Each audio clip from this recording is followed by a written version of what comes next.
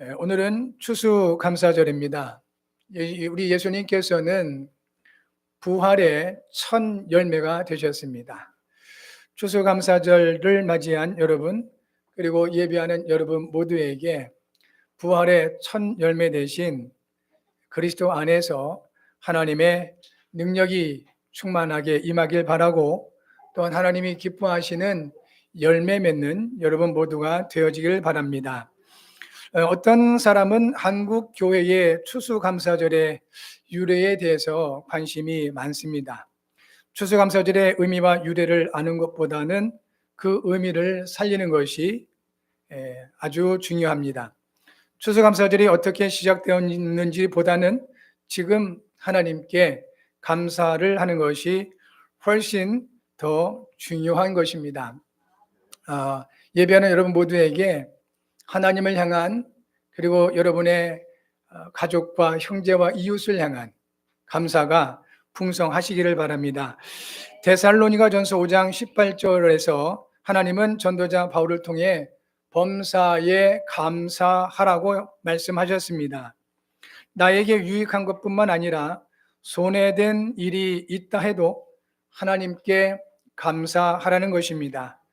이것이 그리스도 예수 안에서 너희를 향하신 하나님의 뜻이라고 말씀하셨습니다. 감사는 곧 힘입니다. 자신을 다스리고 관리하는 힘이 있는 사람은 범사에 감사할 수 있습니다.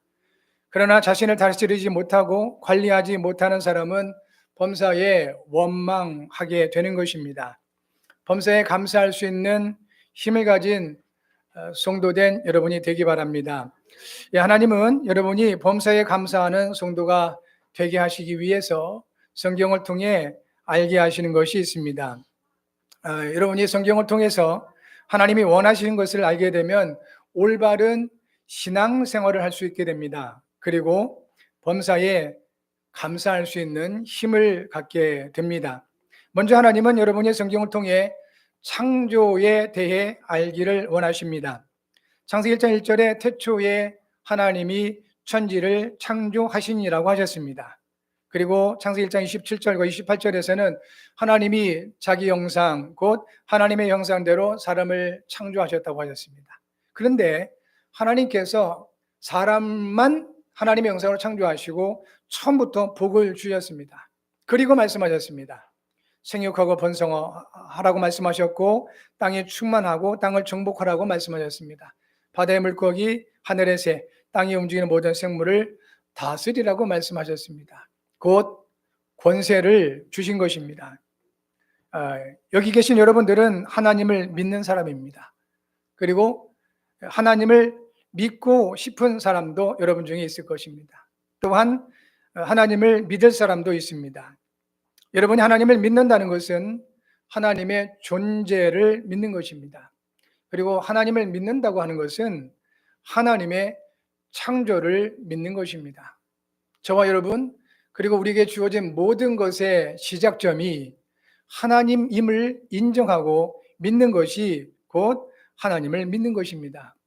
이 믿음에서 올바른 신앙생활이 시작되는 것입니다. 두 번째, 하나님께서 저와 여러분에게 주신 것이 있습니다. 두 번째, 하나님은 여러분이 성경을 통해 원죄에 대해서 알기를 원하십니다. 창조에 대해서 성경을 통해서 알기를 원하시고, 두 번째는 사람에게 있는 원죄에 대해서 알기를 원하시는 것입니다. 원죄의 내용은 처음 사람인 아담이 하나님의 말씀을 통한 약속을 놓친 것입니다.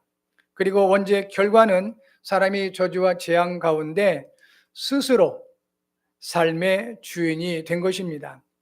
사람이 하나님의 언약을 놓치고 스스로 삶의 주인이 되면 세상을 사는 동안 지옥 권세에 잡히게 됩니다. 그리고 육신을 떠나게 되면 영원한 지옥에 빠지게 되는 것입니다. 보통 불신자들은 말합니다. 죽으면 끝이라고들 말을 합니다.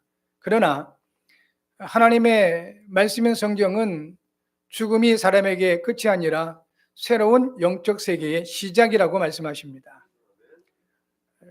우리가 하나님을 믿는다는 것은 이 땅에서의 복과 그리고 평안을 누린 것도 맞지만 영원한 세계를 준비하는 것입니다. 원죄 배경이 있습니다. 이 원죄 배경은 사람을 노예처럼 살게 만드는 영적인 도둑이요, 영적 강도인 마귀인 것입니다.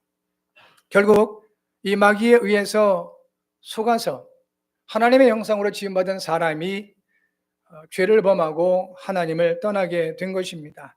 이 원죄와 이 원죄에서 구원받는 하나님의 그 언약을 모르게 되면 이 원죄에 빠져서 영원히 멸망을 당할 수밖에 없는 것입니다.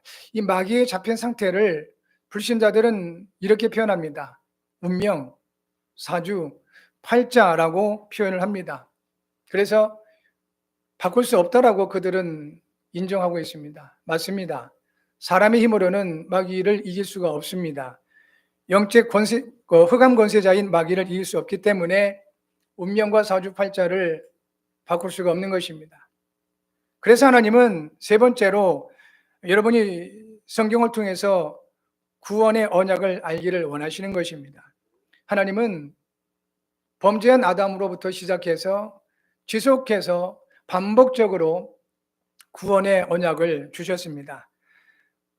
범죄한 아담에게는 여자의 후손이라는 구원의 언약을 주셨습니다.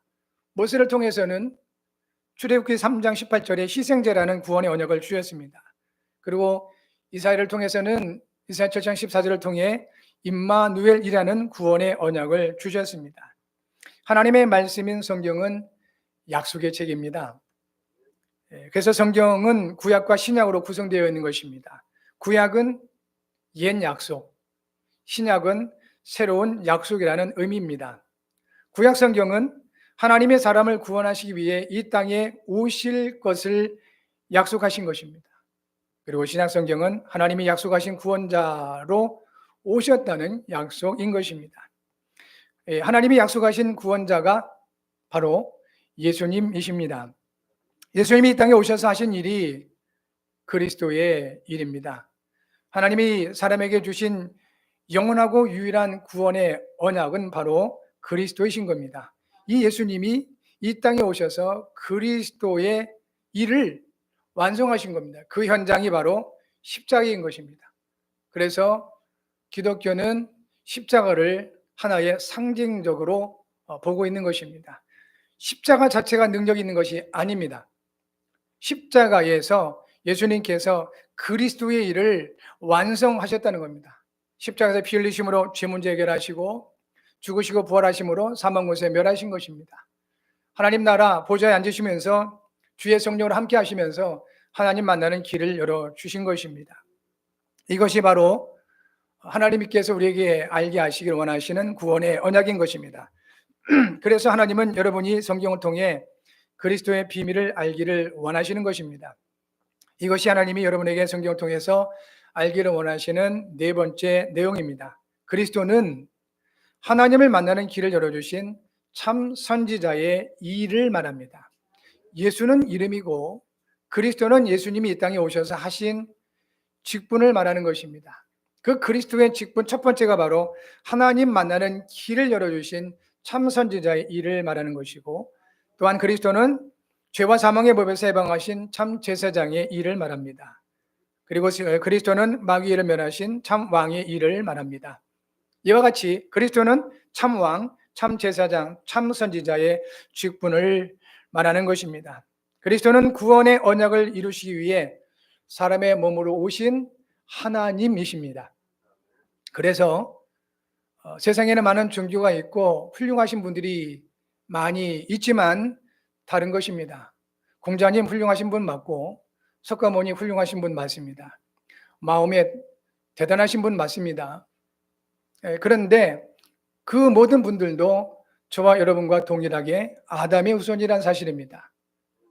그리스도는 아담의 후손으로 오신 분이 아니라 창세기 3장 15절에 기록된 대로 여자의 후손으로 오신 분입니다. 성령으로 말미암아 사람을 구원하시기 위해 이 땅에 오신 유일하신 하나님이시라는 겁니다. 그래서 다른 겁니다. 오직 예수라고 말을 한다고 해서 편견이 아니라 사실을 말하는 겁니다. 구별된 것을 말하는 것입니다. 그리스도로 오신 예수님을 마음으로 믿고 영접하게 되면 하나님의 자녀가 됩니다. 예수님을 그리스도로 믿고 영접한 하나님의 자녀는 세 가지에서 구원을 받고 자유하게 되는 겁니다. 마귀 권세에서 구원받고 자유하게 됩니다. 죄와 사망의 법에서 구원받고 자유하게 되는 것입니다. 그리고 지옥 권세에서 구원받고 자유하게 되는 것입니다. 하나님은 그리스도 안에 있는 여러분에게 구원받은 자의 복을 이미 주셨습니다. 이것이 하나님이 여러분에게 성경을 통해서 알게 하시는 다섯 번째 내용인 것입니다. 하나님은 여러분이 구원받은 자의 복을 알고 누리기를 원하십니다. 하나님이 우리에게 주신 구원받은 자의 복을 알고 누리는 것을 신앙생활이라고 말하는 것입니다. 가끔 교회 생활을 오래 하신 분들 가운데 신앙생활이 너무 어렵다라고 말하시는 분들이 있습니다. 일리가 있을 것입니다. 그건 그분의 입장이 그렇기 때문에 그렇습니다. 그러나 분명한 한 가지가 있습니다. 하나님이 주신 구원받은 자의 복을 누리지 못하면 신앙생활만큼 힘들고 답답한 것이 없습니다. 그런데 반대로 하나님이 우리에게 주신 구원받은 자의 복을 누리면 누릴수록 신앙생활만큼 힘나고 그리고 자유한 것이 없다는 것입니다.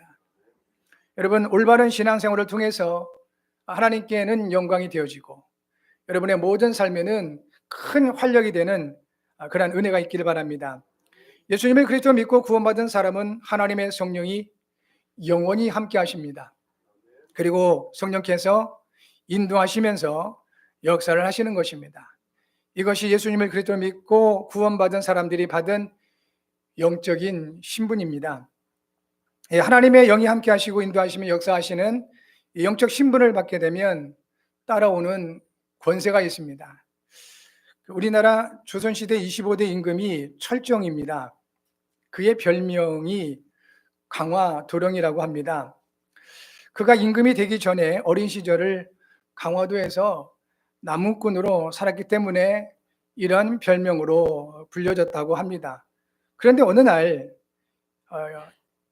자기 뜻과는 전혀 상관없이 당시에 권력자들에 의해서 이 사람이 임금이 되어버렸습니다.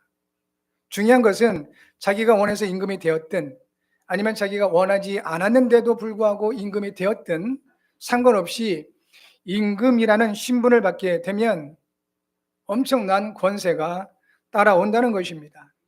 강화도에서 나무를 이렇게 만들어서 팔던 나무꾼과는 비교할 수 없는 엄청난 권세가 따라오게 되는 것입니다. 많은 사람이 저주와 재앙 가운데 고통을 받다가 지옥의 영원한 벌을 받을 수밖에 없는 것이 있습니다. 그 이유가 있습니다. 그 이유는 불신자 곧 마귀 자녀라는 영적 신분 때문에 그렇습니다. 분명히 예수님께서는 요한복음 8장 44절에 너희는 너희 아비 마귀에서 났다고 했습니다. 이 영적 신분에 잡혀 있으면 결국은 멸망하는 것입니다. 예수님을 그리스도로 믿고 하나님의 성령이 함께 하시며 인도하시고 역사하시는 하나님의 자녀라는 영적 신분을 받게 되면 하나님 나라의 권세가 따라오게 됩니다. 하나님은 만왕의 왕이십니다. 그래서 하나님의 자녀된 여러분에게 왕적인 권세가 따라오게 되는 것입니다. 영적 흑암 세력의 우두머리인 마귀를 결박하는 권세가 따라오게 됩니다. 이전에는 마귀의 권세인 운명 사주팔자에 묶여서 꼼짝달싹 못하고 고통받다가 멸망할 수밖에 없었는데 예수님을 그리스도로 믿고 구원받게 되면 이 운명 사주팔자에서 완전히 해방되게 되는 것입니다. 불신자들이 말하는 운명 못 바꾼다? 아닙니다. 바꿀 수 있습니다. 사주와 팔자 그거 바꿀 수 없다라고 표현하는데 그렇지 않습니다. 바꿀 수 있습니다. 예수님을 그리스도로 믿고 영접을 하는 순간 영적 신분이 바뀌면 모든 운명 사주팔자에서 완전히 해방될 수 있다는 것입니다. 마귀를 섬기던 입장에서 오히려 마귀를 대적하고 마귀를 결박하는 권세를 가지게 되는 것입니다. 강화도에서 나무꾼으로 있을 때 얻어맞기도 하고 조롱받았던 한 사람이 조선이라는 한 나라의 왕이 되는 순간 감히 누구도 무시할 수 없는 권세가 따라오는 것과 같습니다. 왕이 되면 수많은 군사들이 보호하게 됩니다. 마찬가지로 예수님을 그리스도로 믿고 구원받은 하나님의 자녀가 된 여러분은 하나님께서 천군과 천사들을 통해서 지키신다고 말씀하셨습니다. 히브리서 1장 14절입니다. 모든 천사들은 섬기는 영이라고 했습니다. 누구를 섬기냐면 예수님을 그리스도로 믿고 구원받아서 하나님의 상속자 된 여러분을 섬기라고 보내신 영이라고 말씀하고 있습니다. 그래서 옛날 불신자였을 때처럼 너무 애쓰지 말라고 말씀드리는 것입니다. 불신자들처럼 최선을 다하고 노력을 해서 어떤 일을 성공시키려고 몸부림치지 말라는 겁니다. 여러분, 하나님의 자녀입니다. 하나님의 자녀들에게는 왕권이 와 있습니다. 그리고 특별히 하나님께서 천군 천사들을 통해서 여러분을 섬기도록 하고 있습니다. 여러분을 돕는 섬기는 천사들을 움직일 수 있는 여러분 되시기 바랍니다. 하나님 그걸 기뻐하시는 것입니다. 왜 하나님께서 천군 천사들을 통해서 여러분을 지키실까요? 여러분은 예수님을 그리스도 믿고 여러분의 이름이 하나님 나라야 하나님의 생명책에 기록되어 있기 때문에 그렇습니다. 누가복음 10장 19절 20절에서 말씀하셨습니다. 귀신이 쫓겨나는 것으로 기뻐하지 말고 너희 이름이 하늘에 기록된 것으로 기뻐하라고 예수님 말씀하셨습니다. 예수님을 구주로 믿고 구원받은 여러분의 이름은 하나님 나라에 기록이 되어 있습니다. 하나님의 생명책에 기록되어 있는 것입니다. 그래서 여러분은 언제든 천국에 갈 수 있게 된 것입니다. 착하게 산다고 천국 가는 것이 아닙니다. 열심히 산다고 천국 가는 것도 아닌 것입니다. 하나님의 생명책에 이름이 기록되어 있어야 천국에 들어갈 수 있는 것입니다. 여러분의 이름이 하나님의 생명책에 기록되는 방법이 있습니다. 예수님을 그리스도로 믿고 영접하는 것입니다. 그런 의미에서 이 시간 다시 한번 우리의 구원을 확인하는 시간 갖기를 원합니다. 이 시간에 예수님을 그리스도로 믿는 믿음을 다 함께 확인하기를 원합니다. 잠시 여러분 조용한 마음을 가지고 눈을 감아 보시기 바랍니다. 그리고 저를 따라서 믿음으로 함께 한 목소리로 고백해 주시면 감사하겠습니다. 사랑의 하나님, 저를 죄와 사망의 법에서 구원하시기 위해 예수님을 그리스도로 보내심을 감사합니다. 예수님께서 십자가에서 피 흘려 죽으시고 저의 모든 죄를 용서하심을 감사합니다. 지금 이 시간 나의 마음을 열고 예수님을 나의 구주와 내 인생의 주인으로 영접합니다. 예수님, 지금부터 저와 항상 함께 하시고 천국 가는 그날까지 하나님의 영광을 위해 살도록 인도해 주세요. 저를 구원하심을 감사하며 예수님의 이름으로 기도합니다. 아멘. 예, 구원받은 사람도 이 고백을 날마다 해야 됩니다. 그래서 구원의 확신을 가질 수 있어야 되겠습니다. 구원받을 사람은 당연히 이 고백을 통해서 하나님의 자녀가 되는 것입니다. 예수님을 그리스도로 믿고 영접하는 이 기도를 믿음으로 하셨다면 이제 여러분은 하나님의 자녀된 신분을 받은 것입니다. 예수님을 그리스도 믿고 영접한 여러분에게는 이제 마귀를 결박하며 천사들이 돕고 천국 배경을 가지고 복음으로 사람과 현장을 살리는 권세를 받았습니다. 그래서 할 일이 있습니다. 이제 예수님을 구주로 믿고 구원받은 저와 여러분이 할 일이 있습니다. 신분은 확인하셔야 됩니다. 날마다 확인하셔야 됩니다. 내가 예수님을 그리스도로 구주로 믿고 구원받은 하나님의 자녀 된 영적 신분을 확인하고 그리고 권세는 사용하셔야 되는 것입니다. 그러면 여러분이 이 땅에 사는 동안 하나님의 나라를 누리게 될 것입니다. 신분을 확인하고 권세를 사용하는 것을 기도요, 전도라고 말합니다. 기도와 전도로 하나님이 주신 신분과 권세를 확인하고 누릴 수 있는 것입니다. 하나님이 주신 것을 확인하고 누림으로 세상과 사람을 살리는 부활의 능력을 누리는 여러분 모두가 되기를 바랍니다. 예수님을 그리스도로 믿고 구원받은 여러분이 하나님의 창조 그리고 원죄, 하나님이 주신 구원의 언약인 그리스도와 구원의 복을 알고 확신하게 되면 이제 실제적으로 여러분에게는 부활의 능력이 오게 되는 것입니다. 부활이라는 말은 다시 살아났다는 말입니다. 우리가 예수님을 구주로 믿고 영접하는 순간 우리가 첫 번째 부활이 주어지는 겁니다. 이것을 다른 말로는 거듭남이라고 합니다. 다시 태어나는 겁니다. 우리 영혼이 하나님의 자녀로 다시 태어나는 것입니다. 그런데 성경은 또 다른 부활을 약속하십니다. 우리 몸이 죽고 그리스도가 다시 오시는 그날, 재림하시는 그날 우리의 모든 죽었던 몸도 다시 신령한 몸으로 살아날 것을 약속하고 있습니다. 부활의 능력을 누리는 성도는 하나님이 기뻐하시는 열매를 맺게 됩니다. 그리고 하나님께 영광을 돌리는 삶을 살게 될 것입니다. 예배하는 여러분 모두에게 부활의 능력을 누리는 성도의 복이 충만하게 임하시길 바랍니다. 그리고 여러분의 삶이 형통하시기를 바랍니다. 이 모든 축복을 여러분 평생에 누리시기를 진심으로 그리스도신 예수님의 이름으로 축복합니다. 이것을 위해서 하나님이 여러분에게 하시는 일이 있습니다. 오늘 이 부분을 확인하시면 되겠습니다.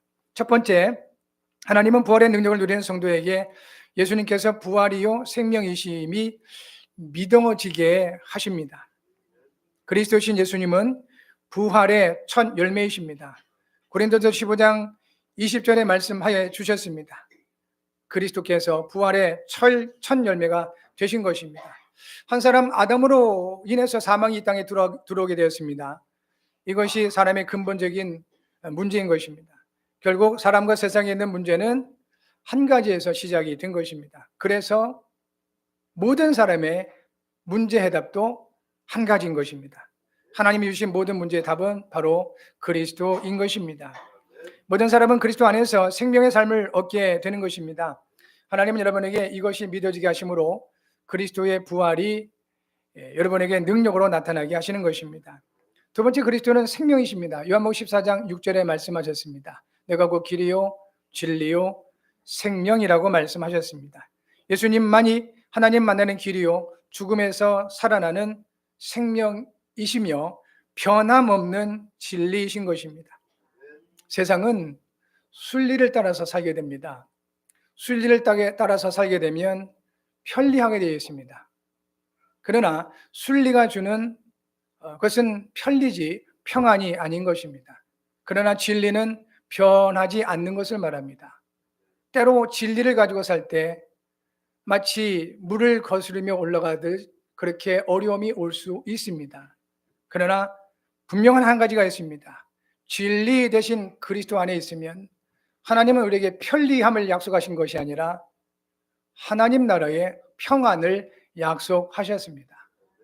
그러므로 구원받은 성도된 여러분, 하나님이 주시는 평안 가운데 승리하시기를 바랍니다.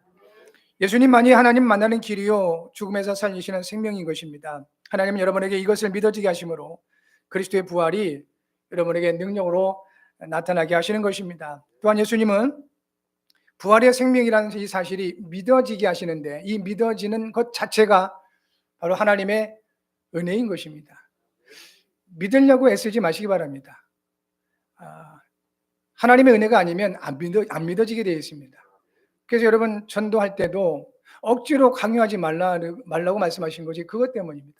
우리가 가르친다고 믿어지는 것도 아니고 잘 대해준다고 믿어지는 것도 아닌 것입니다. 하나님의 은혜가 임해야 되는 겁니다. 그러면 하나님의 은혜는 사람이 줄 수 있는 것이 아닙니다. 하나님이 주시는 것입니다. 그러므로 여러분이 누군가 정말 소중한 사람을 위해서 기도할 때 그리고 그를 전도하려고 할 때 가장 먼저 할 일을 그 사람을 설득하고 가르치려고 그리고 이 복음의 내용을 강요할 것이 아니라 은혜 주실 하나님께 기도하셔야 되는 겁니다. 하나님이 하셔야 되는 것입니다. 에베소 2장 8절에 분명히 말씀하셨습니다. 너희는 그 은혜에 의하여 믿음으로 말미암아 구원을 받았으니 이것은 너에게서 난 것이 아니요 하나님의 선물이라 하였습니다. 하나님은 지금도 여러분에게 이 구원의 선물을 주시기를 원하시는 겁니다. 하나님 여러분의 도움이나 여러분의 힘이 필요하신 분이 아닙니다. 전능자십니다. 하나님은 전지하신 분이신 겁니다. 만물의 주관자이십니다. 우리의 도움이나 우리의 힘이 필요한 분이 아닌 것입니다. 하나님은 오히려 우리에게 선물을 주시기를 원하십니다. 또한 하나님이 주신 이 선물을 누리기를 원하시는 것입니다. 하나님은 여러분에게 이것이 믿어지게 하심으로 그리스도의 부활이 여러분에게 능력으로 나타나게 하시는 것입니다. 두 번째, 하나님은 부활의 능력을 누리는 성도에게 예수님께서 그리스도시요 살아계신 하나님의 아들이심이 믿어지게 하십니다. 죽은 나사로를 살리러 가신 예수님께서 그의 누이 마르다에게 물으셨습니다. 나는 부활이야 생명이니 네가 이를 믿느냐라고 물으셨습니다. 마르다가 대답을 했습니다. 주여 믿나이다 라고 대답을 합니다. 이 믿음의 고백을 들으신 이후에 예수님께서 죽어서 무덤에 들어간 나사로를 향해서 가시고 그를 살려내셨습니다. 여러분, 믿음의 올바른 고백을 통해서 예수님께서는 지금도 여러분에게 역사를 하십니다. 여러분의 믿음의 고백이 예수님을 움직이게 하신다는 것입니다. 어떤 믿음입니까? 예수께서 그리스도심을 믿는 이 믿음의 고백을 통해서 지금도 하나님은 역사하시는 것입니다. 이 성경의 내용과 기록 목적이 있습니다. 요한복음 20장 31절에 오직 이것을 기록함은 너희로 예수께서 하나님의 아들 그리스도이심을 믿게 하려 하며 또 너희로 믿고 그 이름을 힘입어 생명을 얻게 하려 함이라고 하셨습니다. 예수님이 그리스도이심을 믿는 믿음으로 하나님이 주신 영원한 생명을 여러분은 받으셨습니다. 이 하나님 주신 생명을 누리시는 여러분 모두가 되기 바라고요. 베드로가 전한 복음의 내용이 바로 예수님이 주와 그리스도시라는 것입니다. 사도행 2장 36절에서 이렇게 전했습니다. 그런즉 이스라엘 온 집은 확실히 알지니 너희가 십자가에 못 박은 이 예수를 하나님이 주와 그리스도가 되게 하셨느니라 하셨습니다. 두려움에 떨며 예수님을 부인했었던 베드로였었습니다. 그랬던 그가 부활하신 예수님께서 다시 그를 찾으시고 40일 동안 감난산에서 하나님 나라에 대해서 말씀을 주셨습니다. 그리고 같은 형제들과 함께 마가다락방에서 40일 동안 열흘 동안 집중해서 기도를 했습니다. 이때 하나님은 베드로에게 성령으로 충만을 받게 하셨습니다. 베드로가 무시무시한 종교 재판 자리에서 예수님을 십자가에 못 박아 죽였던 그 유대인들에게 한 말입니다. 너희가 십자가에 못 박은 이 예수를 하나님이 주와 그리스도가 되게 하셨다. 예수님 재판받을 때 조그마한 여자아이 말 한마디에 도망갔던 베드로였습니다. 어째서 이 고백을 당당하게 죽음의 위기 앞에서 할 수 있었을까요? 베드로가 억지로 용기를 내서 한 말이 아닙니다. 하나님이 베드로에게 주신 은혜의 역사인 것입니다. 이것이 바로 하나님이 베드로에게 주신 능력이었던 것입니다. 사도행전 5장 42절에서는 그들이 날마다 성전에 있든지 집에 있든지 예수는 그리스도라고 가르치고 전도하기를 그치지 아니하였다고 했습니다. 베드로와 초대교회 성도들은 어디에 있든지 예수님이 그리스도이심을 가르치고 전도했다는 것입니다. 세 번째, 바울은 성경을 통해 예수님이 그리스도이심을 전했습니다. 사도행전 17장 2절과 3절입니다. 바울이 자기의 관례대로 그들에 들어가서 새 안식일에 성경을 가지고 강론하며 뜻을 풀어 그리스도가 해를 받고 죽은 자 가운데서 다시 살아나야 할 것을 증언하고 이르되 내가 너희에게 전하는 이 예수가 곧 그리스도라고 했습니다. 이전에는 박해자였던 사람이 바울이었었습니다. 그가 예수님을 믿고 학자답게 성경을 가지고 강론하면서 뜻을 풀어서 예수님이 그리스도이심을 전한 것입니다. 또한 사도행전 18장 5절에서 실라와 디모데가 마게도냐로부터 내려오매 바울이 하나님의 말씀에 붙잡혀 유대인들에게 예수는 그리스도라 밝히 증언했다고 했습니다. 바울의 제자의 동역자였던 실라와 디모데가 바울에게 왔는데 바울이 큰 힘을 얻게 된 것입니다. 그래서 하나님의 말씀에 붙잡혀서 유대인들에게 예수는 그리스도라고 밝히 증언했습니다. 여러분에게도 이런 만남의 축복이 있기를 바랍니다. 우선적으로 여러분이 다른 많은 사람에게 믿음의 힘을 주는 사람들이 되기를 바랍니다.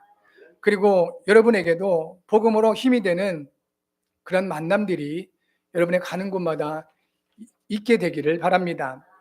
결론적으로 하나님은 부활의 능력을 누리는 성도에게 예수님이 부활이요 생명이신 그리스도이심을 믿게 하시는 겁니다. 다른 큰 대단한 역사, 사업을 성공시키시거나 아니면 죽을 병에서 고쳐주시거나 이런 드라마틱한 그런 큰 일을 나타내 보시는 것이 아니라 부활의 능력을 누리는 성도에게 믿음을 주시는 것입니다. 그런데 성도 여러분, 이 믿음이 모든 것입니다. 믿음을 통하여 하나님의 능력이 나타나게 됩니다. 그러면 병 고치는 그 이상의 일들이 나타날 수 있다는 것입니다. 그리고 하나님은 부활의 능력을 누리는 성도에게 성령의 충만함을 주시고 성령의 열매를 맺게 하십니다. 에베소서 5장 18절에 이렇게 말씀합니다. 술 취하지 말라. 이는 방탕한 것이니 오직 성령으로 충만을 받으라라고 말씀을 하셨습니다. 이 보통 사람들이 괴로움을 잊기 위해서 술을 취하거나 또는 마음의 즐거움을 얻기 위해 술 취하기도 합니다. 술 취하는 것이 술 취하면 지옥 간다 이런 뜻이 아닌 겁니다. 그런데 괴로움을 잊거나 또는 마음의 즐거움을 얻기 위해서 술을 취한다는 소리는 예수님을 안 믿는 소리가 아니겠습니까? 하나님을 의지하지 않는다는 증거이기도 한 것입니다. 예수님을 그리스도로 믿고 영접한 여러분은 괴로움을 잊기 위해 술 취하거나 마음이 즐겁기 위해 술 취하면 안 되는 것입니다. 오히려 괴로울 때 여러분은 언약 잡고 기도하셔야 되는 겁니다. 마음의 즐거움을 얻기 위해서는 여러분 믿음으로 하나님을 찬양하셔야 되는 것입니다. 술 취하면 몸이 상하게 됩니다. 그리고 당연히 돈도 없어지게 되고 더 큰 문제는 나중에 술에 중독되게 되면 짐승보다도 못하게 되는 상태가 될 수 있다는 것입니다. 그러나 언약 잡고 기도하면서 찬양하고 성령의 충만을 받게 되면 마음이 즐거워지게 됩니다. 여러분, 하나님을 향한 그 찬양이 여러분의 즐거움이 되시기 바랍니다. 그리고 생각과 몸도 건강하게 되어서 다른 사람을 살리는 열매가 맺어지게 되는 것입니다. 특별히 갈라디아서 5장 22절에서 23절 이 열매가 부활의 능력을 누리는 여러분에게 나타나게 될 것입니다. 오직 성령의 열매는 사랑과 희락과 화평과 오래 참음과 자비와 양성과 충성과 온유와 절제니 이 같은 것을 금지할 법이 없다라고 말씀하셨습니다. 이 성령 열매 9가지인데 크게 3가지로 맺어지게 됩니다. 가장 먼저 하나님에 대한 열매입니다. 그것이 사랑과 희락과 화평입니다. 성령의 열매를 맺는 성도는 하나님을 사랑하고 하나님을 기뻐하며 하나님과 화평하게 됩니다. 이것이 성령의 열매를 맺는 증거입니다.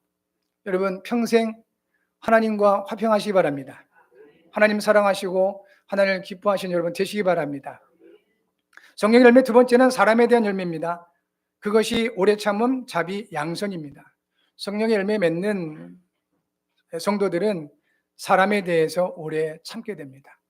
왜냐하면 모든 사람들은 영적 문제를 가지고 있음을 알기 때문에 그렇습니다. 그리고 사람에 대해서 자비하게 됩니다. 용서하게 된다는 겁니다. 수용하게 된다는 것입니다. 그리고 양선, 곧 베풀게 되는 것입니다. 이것이 성령의 열매 맺는 증거인 것입니다. 사람 살리는 여러분 되시기 바랍니다. 사람에게 상처받지 마시고 상처받은 사람을 치유하고 살리는 여러분 되셔야 되는 것입니다. 성령 열매 세 번째는 사역에 대한 열매입니다. 그것이 충성과 온유와 절제입니다. 성령 열매 맺는 성도는 사역을 통해 하나님께 충성합니다. 그리고 온유하게 사역을 하게 됩니다. 마치 폭군처럼 사람들을 부리고 자기 자신을 나타내고 그건 성령의 열매 아닙니다. 성령의 열매 맺는 성도는 온유하게 사역하게 되는 것입니다. 이 온유의 원어적인 의미가 뭐냐면 하나님의 말씀에 길들여진 상태를 말합니다. 모든 사역자들은 하나님의 말씀에 길들여지시고 말씀에 인도받는 은혜가 있길 바랍니다. 그리고 중요한 열매입니다. 절제하게 되는 것입니다. 어떤 누구도 이 절제하지 못하기 때문에 큰 시험에 빠지고 사단에게 속게 되는 것입니다. 절제, 이 성령 열매 매우 중요합니다. 특별히 사역자들에게 아주 중요한 열매임을 여러분 보시고 이 열매 맺는 여러분 모두가 되어지기 바랍니다. 추수감사절을 맞이해서 하나님께 예배하는 여러분 모두가 그리스도 안에서 부활의 능력을 누리는 성도의 복을 누리시기 바랍니다. 그리고 여러분과 항상 함께 하신 예수님이 부활이요 생명이신 그리스도심을 믿고 성령 충만을 누리며 성령의 열매를 맺는 여러분 모두가 되기를 바랍니다. 그래서 이번 한 주간 그리스도 안에서 형통하고 문제가 해결되며 질병이 치유되는 증거를 응답으로 받는 여러분 모두가 되어지기를 그리스도의 신 예수님의 이름으로 축복합니다.